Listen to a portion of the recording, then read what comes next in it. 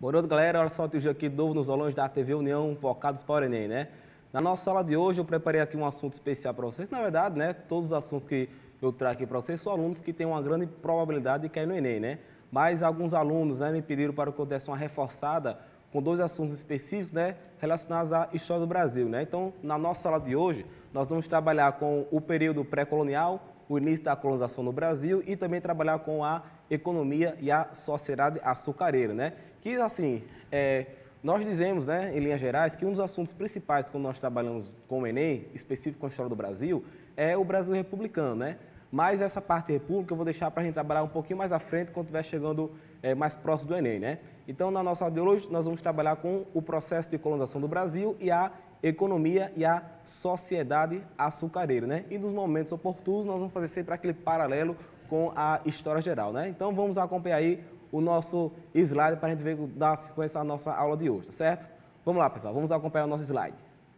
Nós temos aí o período pré-colonial, né? 1500 a 1530, né? Eu coloquei para vocês aqui algumas características pertinentes a esse período pré-colonial, né? Nós temos aí um período de relativo abandono do Brasil em relação a Portugal, né? A extração do pau-brasil, o trabalho indígena por meio do escambo, o estabelecimento das feitorias e, por último, aí eu coloquei no esqueminha para vocês, a presença de espanhóis e de franceses. Vem para cá, pessoal, vem para cá. Então, olha só, pessoal, vejam bem. Nós sabemos muito bem que dentro daquele contexto da expansão marítima, que foi a aulinha que eu trabalhei com vocês na aula passada, houve, na verdade, a chegada, né, dentre outros contextos, a chegada de Pedro Álvares Cabral aqui no Brasil, isso em 1500, né?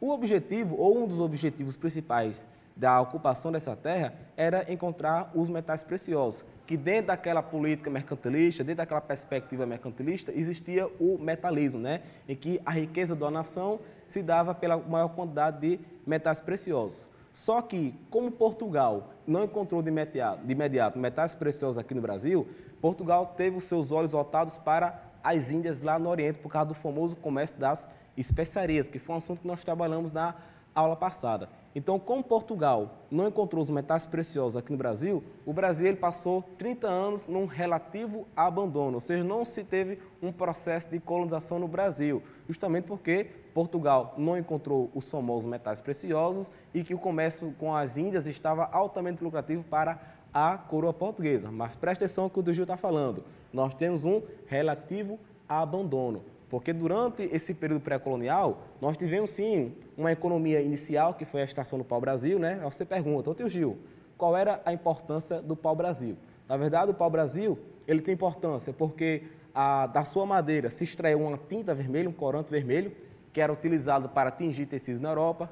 A madeira do pau-brasil, que ela era extremamente rígida, ela era utilizada para a construção de navios e também de móveis na Europa. Então, para a extração desse pau-brasil, os portugueses, eles contaram com a mão de obra do índio, ou seja, contaram com a mão de obra do nativo, do autóctone. Isso porque o índio, né, que já era nativo da terra, ele conhecia bem os espaços onde existia o pau-brasil. Então, o índio, ele fazia a extração do pau-brasil, levava para as feitorias, que eram armazéns fortificados localizados no litoral do Brasil, e depois, né, essa madeira, ela era enviada para a Europa, tá certo, pessoal? Então, presta atenção no detalhe. Eu disse para vocês que a mão de obra utilizada era a mão de obra do índio, por meio do escambo. O que era o escambo? Eram trocas, ou seja, os portugueses davam aos índios quinquilharias, produtos que na perspectiva do europeu eram produtos sem valor, em troca disso o índio lhe fornecia a sua mão de obra, a sua força de trabalho. Agora, você não pensa, por exemplo, quero quebrar com vocês aqui, uma concepção em grande medida equivocada que nós temos em relação aos povos indígenas, que você pode pensar, o índio era muito besta. O índio trabalhava em troca de espelho, em troca de pente, em troca de quinquilharias. Você deve perceber que dentro da mentalidade do índio, aqueles produtos eles eram valiosos. Ele não tinha valor dentro da perspectiva do europeu. Então, vocês devem ficar atentos a esse tipo de juízo de valor que nós colocamos em alguns assuntos de história, tá certo? Você não pensa que o índio era bobinho, que trabalhava por um produto sem valor. Era sem valor para os europeus. Enquanto que para os índios, essas quinquilharias que nós chamamos, ela tinha, sim, algum tipo de valor. É por isso que o índio ele fazia essa extração do pau-brasil, levava para as feitorias, aguardando o transporte, né, do Brasil para a Europa. Só puxando aqui um paralelo, mas que também está relacionado com o assunto, vocês devem lembrar que quando nós trabalhamos com os povos indígenas no Brasil, existiam, em linhas gerais, dois grupos. Nós tínhamos os tupi, que eram os índios do litoral, e nós tínhamos os tapuia, que eram os índios do sertão, os índios do interior. O índio que mais teve contato com o europeu foi o tupi, porque justamente ele estava localizado no litoral. Então, pelo fato desse índio tupi ele ter mais contato com o europeu, foi o grupo indígena que mais influência exerceu sobre a sociedade brasileira, né? É só você lembrar, por exemplo, que muitos costumes que nós temos hoje em dia, nós herdamos dos povos indígenas. Por exemplo, o ato de tomar banho. Lembre-se que daquela mentalidade europeia, o europeu quase não tomava banho. Nós temos também a tapioca, foi um elemento introduzido pelos índios. O fumo também foi introduzido pelos índios. E é interessante, né? Porque existe um historiador, o Evaldo Cabral de Melo Neto, que ele afirma que a vingança dos índios com o homem branco foi o cigarro. Porque justamente nós éramos uma sociedade que não fumávamos. Esse hábito de fumar nós adquirimos com os povos indígenas, que é um dos grandes males da saúde que nós temos na atualidade, né? Então, perceba esses paralelos que nós temos aí em relação aos povos indígenas no Brasil. Mas, para a aula de hoje, né, falando do período pré-colonial, vocês devem lembrar que, nessa fase, a extração do pau-brasil se dava por meio da mão de obra do índio, relacionada com o escambo. Ou seja, nós não tínhamos uma economia relacionada com os índios, uma economia monetária, essa ideia de troca por dinheiro, mas sim o índio, ele fornecia a mão de obra em troca de bugigangas, em troca de materiais que, do ponto de vista europeu, não tinha valor. Não esqueça também desse período pré-colonial, o estabelecimento das feitorias, né? Armazéns fortificados que ficavam no litoral do Brasil. Eram nesses armazéns, as chamadas feitorias, que se guardava as toras do pau-brasil, aguardando os navios virem para cá para levar essa madeira para a Europa. Aí, no último tópico, eu coloquei para vocês aí a presença de espanhóis e principalmente de franceses. Porque vocês devem lembrar, por exemplo, pessoal, que quando o Novo Mundo ele foi dividido entre Portugal e Espanha pelo Tratado de Tordesilhas, vocês devem lembrar que outras nações europeias não aceitaram essa divisão do Novo Mundo entre Portugal e Espanha. Então, dentro dessa perspectiva, nós temos a vinda de estrangeiros para a América, vinda de estrangeiros, né, também para o Brasil. Então, esses franceses, principalmente, eles eram para o Brasil, eles faziam também a extração para o Brasil, só que de maneira ilegal, porque pelo Tratado de Tordesilhas, essas terras pertenciam a Portugal, e os franceses, eles tiveram boas relações com os povos indígenas, porque justamente eles precisavam da mão de obra do índio para fazer o contrabando do pau-brasil. Então, a partir dessa perspectiva, ou seja, para que o Brasil não perdesse as suas terras para os povos estrangeiros, e também porque, num segundo momento, futuramente, o comércio com as Índias ele não se torna tão lucrativo, é que a coroa portuguesa decide colonizar o Brasil. Então, nesse período pré-colonial, esse período de relativo abandono da coroa portuguesa em relação ao Brasil, foram enviadas algumas expedições. Nós temos, por exemplo, as expedições de reconhecimento para fazer um mapeamento da terra. Nós temos as expedições guarda-costas, né, que elas têm a função de fazer a proteção do litoral. E devido a essa ameaça estrangeira, é que nós tivemos, por exemplo, a expedição colonizadora de Martim Afonso de Souza. Martim Afonso de Souza, ele vem para o Brasil com o sentido de exercer a colonização.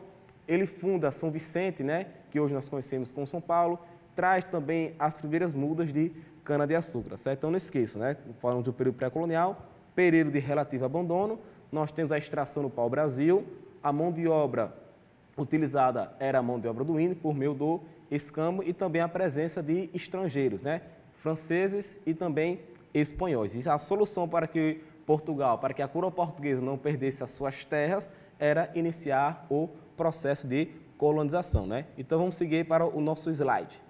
Nós temos aí, galerinha, essa imagem, né? Tome cuidado com imagem quando ela cai na prova do Enem. Imagem e texto não está lá para efetuar a prova, viu, pessoal? Essas imagens, elas devem ser interpretadas. Então, nós temos aí, por exemplo, nós temos essa imagem representando o índio trabalhando justamente na extração do pau-brasil e os navios, né, europeus, notadamente os navios portugueses, vindo fazer o transporte. Então, essa imagem, você se deparar com a imagem parecida com essa na prova, você relaciona ao período pré-colonial. Quando você fala de período pré-colonial, você deve lembrar, né, das principais características desse período. Relativo ao abandono, extração no pau-brasil, né? Nós temos aí a mão de obra do índio por meio do escambo. Vamos seguir com nossa aulinha, com o nosso slide. Nós temos aí, ó, o período colonial, 1530 a 1822, porque justamente em 1822 nós temos a independência do Brasil, que já foi um assunto que nós trabalhamos em aulas anteriores. Então nós temos aí as duas principais causas da colonização: expulsar os estrangeiros, né, notadamente franceses, e a decadência do comércio com a África e a Ásia. Vem para cá, pessoal. Olha só, tem um detalhe importante que eu coloquei para vocês aí: a decadência do comércio com a África e a Ásia. A Ásia é justamente o quê? O foco principal das especiarias, né? Vocês devem lembrar que na nossa aulinha de expansão marítima, Portugal foi a primeira nação a iniciar o seu processo de expansão marítima em 1415 com a tomada de Ceuta, né? Lá no norte da África. E também foi Portugal a primeira nação a fazer o périplo africano e chegar ao comércio de especiarias lá nas Índias. Mas você deve lembrar também, pessoal, que a África, o continente africano, também tinha uma importância econômica para Portugal, pois na África existia também especiarias, existia ouro na África e também existiam escravos.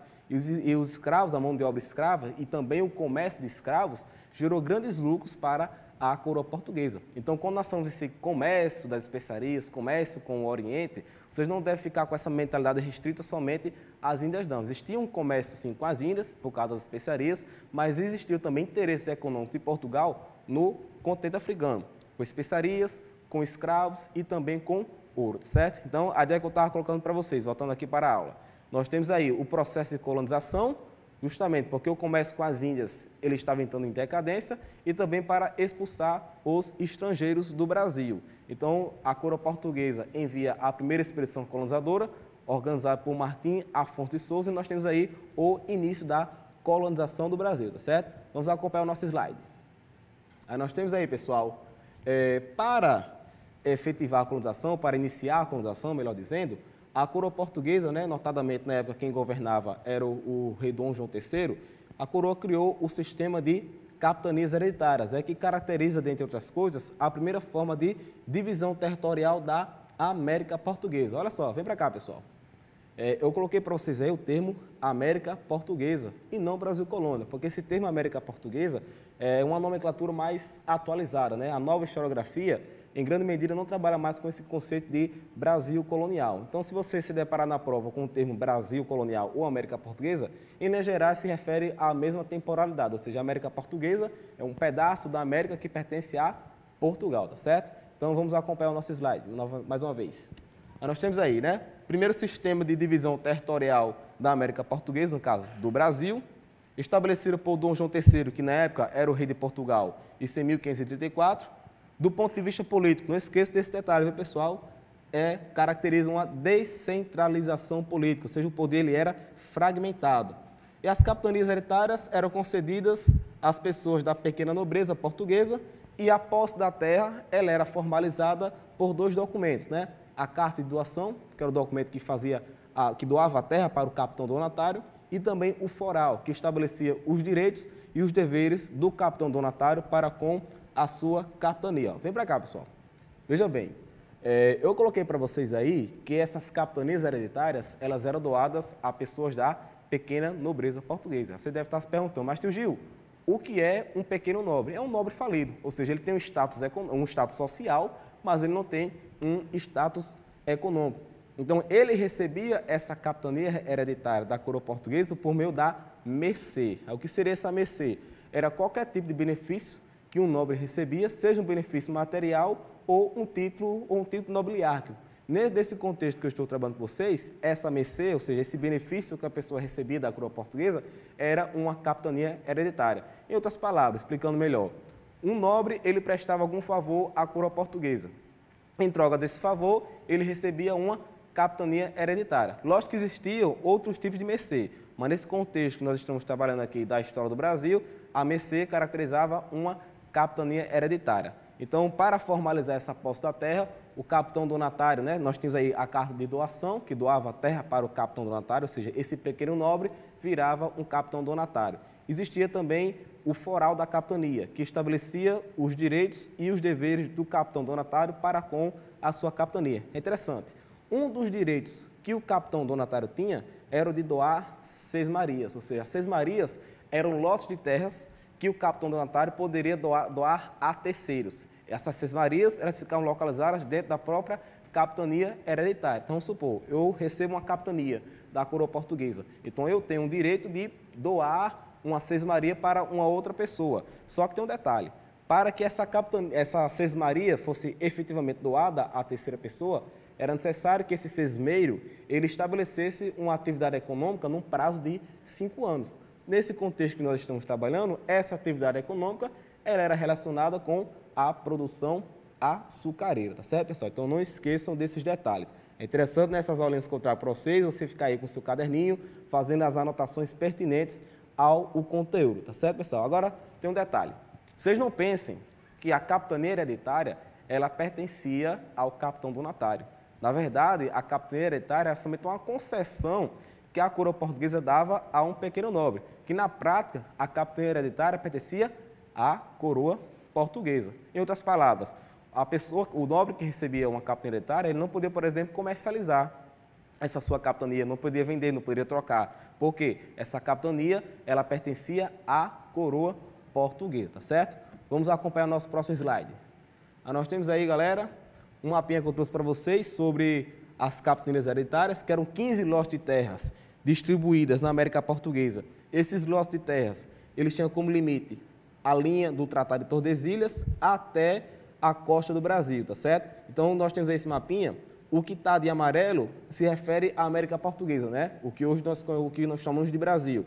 Essa parte amarela pertencia a Portugal, que é o Brasil, e a parte, né, rosada, ela pertencia à Espanha. Lembrando que essa divisão se deu por meio do Tratado de Tordesilhas, que a gente trabalhou isso na nossa aula passada, tá certo? Nós temos aí essas capitanias, né, doadas aos nobres da pequena nobreza portuguesa, tá certo, pessoal? Se você prestar atenção, por exemplo, a capitania do Rio Grande, ela tinha a maior extensão em capitania, porque essa distribuição da terra, ela não se dava, por exemplo, de uma maneira sistemática, ou seja, os lotes eles variavam de tamanho, de acordo com a relação que o nobre tinha, por exemplo, ou do favor prestado que esse nobre tinha com a coroa portuguesa.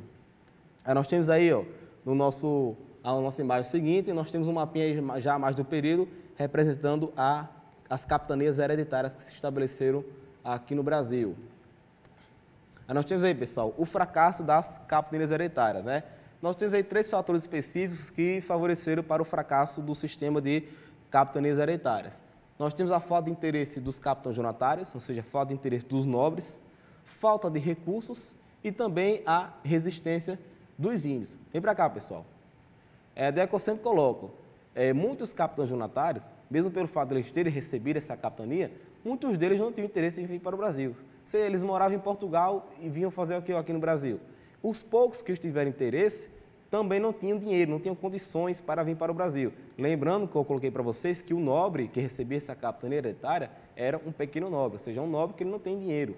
E também os poucos que vieram, eles contaram com a resistência dos povos indígenas, porque existiam povos indígenas que eles mantinham boas relações com os europeus, mas existiam povos indígenas que também eles eram mais hostis a uma presença estrangeira, tá certo? Então, devido a esses 3 fatores, a falta de interesse dos capitães donatários, a falta de recursos dos capitães donatários e também pela resistência dos povos indígenas que habitavam o Brasil, o sistema de capitanias hereditárias ele entrou em fracasso. É por isso que ao longo do século XVI, ao longo do século XVII, as capitanias hereditárias elas passaram para o status de capitanias reais, ou seja, elas passaram diretamente para a administração da coroa portuguesa, não mais de um capitão donatário. Então, você pega, por exemplo, a nossa capitania, a capitania do Rio Grande, ela virou uma capitania real em 1582. Então, quem colonizou o Rio Grande não foi um capitão donatário especificamente, foi sim a coroa, tá certo? Não esqueça desse detalhe, tá certo, pessoal? Agora sim, mesmo as capitanias hereditárias, elas entrando em fracasso, isso não implica dizer que elas deixaram de existir. Na verdade, as capitanias hereditárias, elas só deixaram de existir somente no século XVIII, quando o Brasil passava pela administração do Marquês de Pombal. Uma das medidas administrativas do Marquês de Pombal foi extinguir as últimas capitanias que existiam no Brasil, ok? Vamos acompanhar nosso próximo slide. Aí nós temos aí, galera, um mapinha que eu trouxe para vocês também das capitanias reais. Você pega, por exemplo, aí, ó, nós temos a capitania real do Rio Grande, nós temos a capitania da Baía de Todos os Santos, que hoje nós conhecemos como o Estado da Bahia. Mas lembrando, ao longo do século XVI, ao longo do século XVII, todas as capitanias hereditárias, elas viraram capitanias reais, passaram diretamente para a administração da coroa, seja a coroa portuguesa ou da coroa espanhola, né, durante o período da União das Coroas Ibéricas.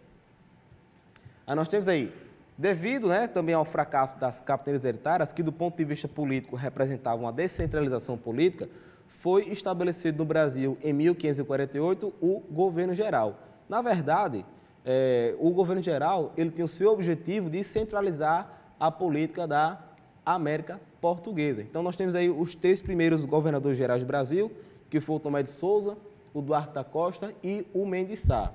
Tomé de Souza, ele vem para o Brasil, estabelece o governo geral em Salvador. Salvador vira a primeira capital do Brasil. Lembrando, olha só para cá, vem para cá, pessoal. Salvador foi capital do Brasil de 1549, né? 1548, 49, quando se estabeleceu o governo geral, até 1763, quando esse status de capital saiu de Salvador e passou para o Rio de Janeiro. Isso não foi à toa. A capital do Brasil era Salvador, justamente porque a Bahia era o principal polo econômico do Brasil relacionado com a produção açucareira. Quando nós temos a transferência em 1763 para o Rio de Janeiro, é porque aquela região, né, a região do Centro-Sul, se tornou a principal região econômica do Brasil, relacionada com a atividade mineradora. Então, essas transferências que nós temos da capital do Brasil, elas assumem em grande medida uma perspectiva política e também em grande medida uma perspectiva econômica.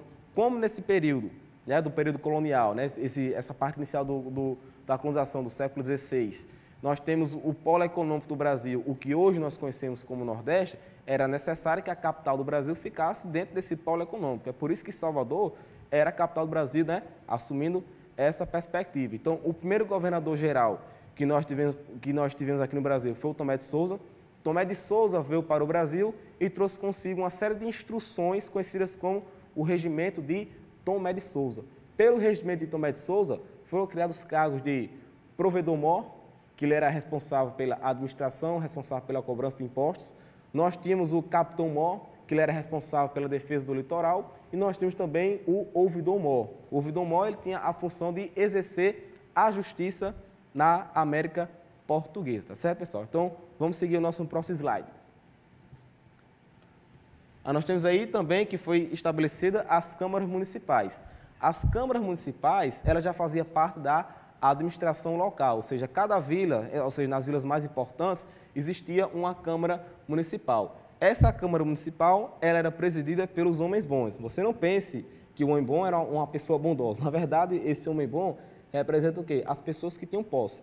Para você ser um homem bom, era necessário que você tivesse posse, você fosse branco, católico e casado com uma mulher branca e católica, tá certo? Somente essas pessoas poderiam receber status de homens bons e também de presidir as câmaras municipais. Então, vem para cá, pessoal.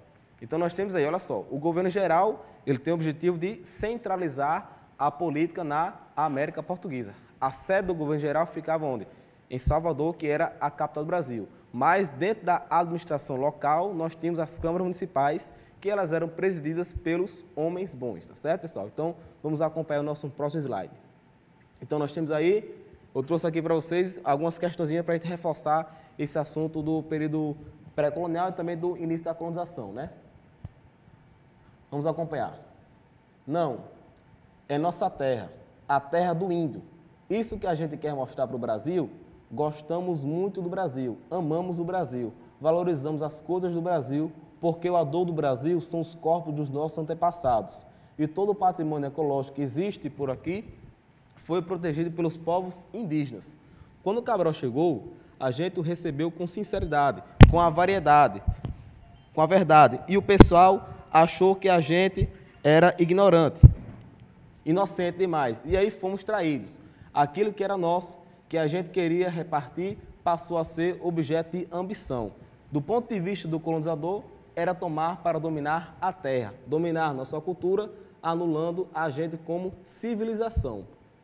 Nós temos aí a referência à revista Caros Amigos, de 2000. A respeito do início da colonização, período abordado pelo texto, pode-se afirmar que a primeira forma de exploração econômica exercida pelos colonizadores e a dominação cultural e religiosa difundida pelo território brasileiro são respectivamente. Cuidado com esse termo respectivamente, viu, pessoal? Então tem que ser na sequência que foi anunciado. a Plantation no Nordeste e as bandeiras realizadas pelos paulistas. Na verdade, a Plantation no Nordeste, ela está relacionada com a produção açucareira. Quando nós estamos aí a respeito do primeiro produto econômico, foi o pau-brasil. E as bandeiras também não estão sendo nesse contexto. As bandeiras elas foram mais ali no século XVII.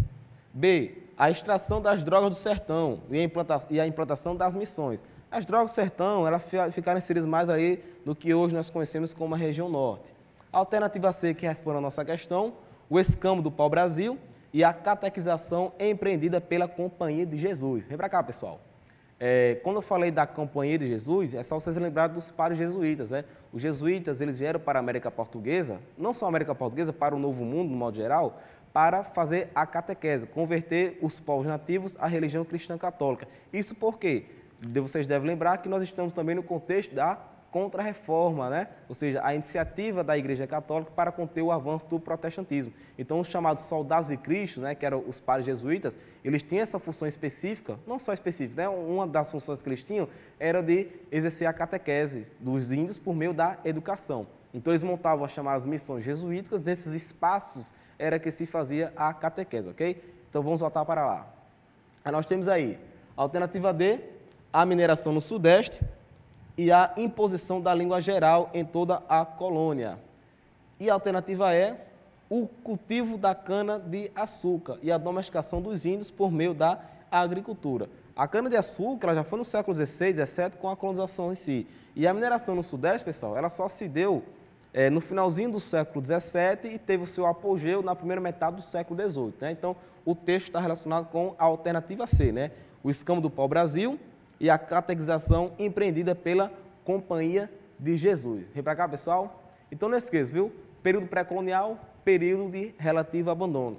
Extração do pau-brasil, nós temos aí a mão de obra por meio do índio e também por meio do escambo, tá certo? E a presença de espanhóis e franceses. A presença de estrangeiros no modo geral e também o estabelecimento de feitorias. Nós temos aí o processo de colonização com as capitanias hereditárias. Nós temos o governo geral, que tem o objetivo de centralizar a política na América Portuguesa e o estabelecimento no caráter local das câmaras municipais, que eram presididas pelos homens bons, ok? Então nós temos aí, vamos agora para um rápido intervalo e em seguida nós voltaremos com a aula de economia açucareira.